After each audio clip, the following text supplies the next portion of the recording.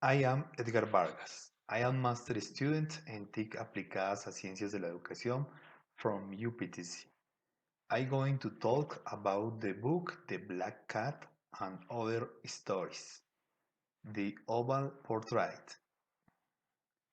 We saw the dark shape of the roof above the forest.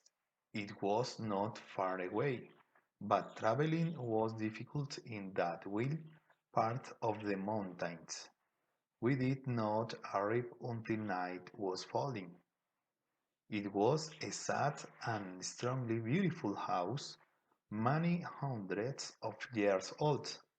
Peter, my servant, broke in through a small door at the back and carried my carefully inside. I was so badly hurt that I would die if we stayed out all night.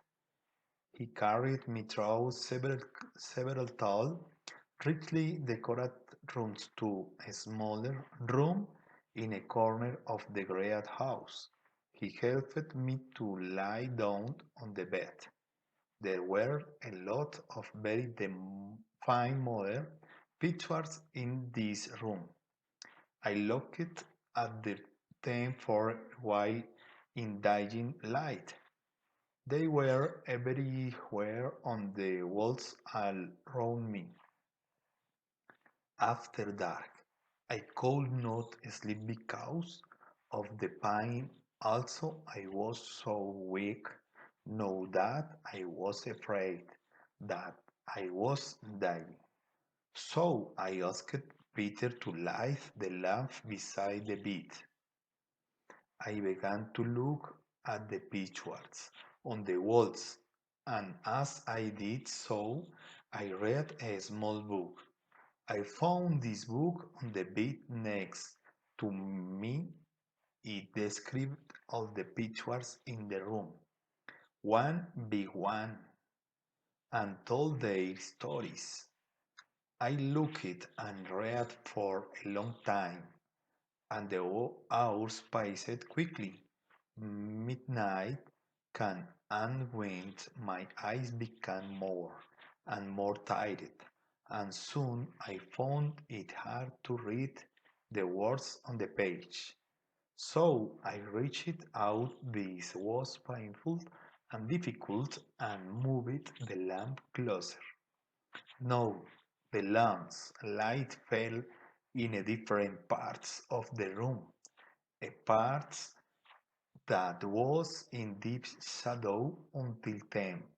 I saw more pictures, and among them there was a portrait of a young woman. As soon as I saw it, I closed my eyes. Keeping my eye closed, I tried to understand why. Why did I suddenly close my eyes like that? Then I realized I did it to give myself time. I needed time to think. Was I sure that I really saw what I thought I saw? Was I dreaming?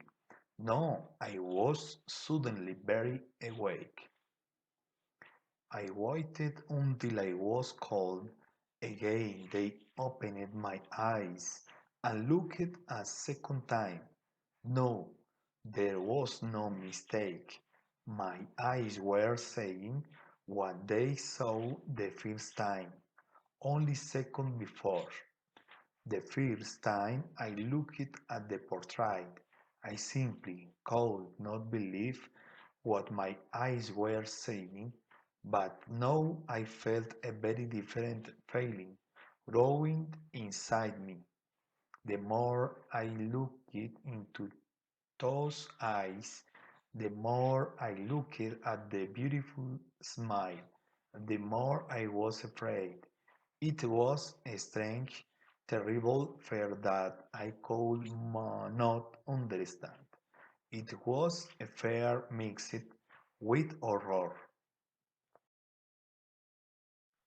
I moved the lamp back to where it was before. The portrait was now hidden in darkness again. Quickly I looked through the book until I found the story of the oval portrait. I read these words. She was beautiful young flowers and always so happy. Yes, she was happy until that evil day when she saw and loved the painter of the portrait. They were married, but suddenly he already had a with his work. His painting was more important to him than anything in the world.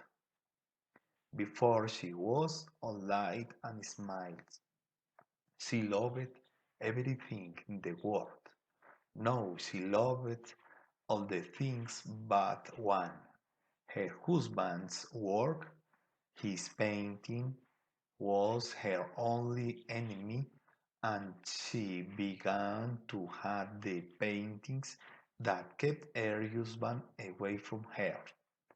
And so it was a terrible thing when it told her that the wanting to paint is young with portrait. The war was coming near an end. Edith not welcome visitors in the room anymore. A terrible fire was burning inside him now. He was wild, almost mad with his work. His eyes almost never left the painting now, even to look at his wife's face. Her face was as white as snow. The painter did not see that the colors he was pointing were no longer there in the real face. Many more weeks passed until one day, in the middle winter, I finished the portrait. He touched the last paint on the hair lips. He put the last thin line of color on one eye. Then he stood back and looked at the finished work. As he looked, he began to shake. A color left his face, with eyes eyes on the portrait. He cried out the word, "This woman is not mad of paint. She is alive." Then they turned sternly to look at the woman he loved so much. She was dead.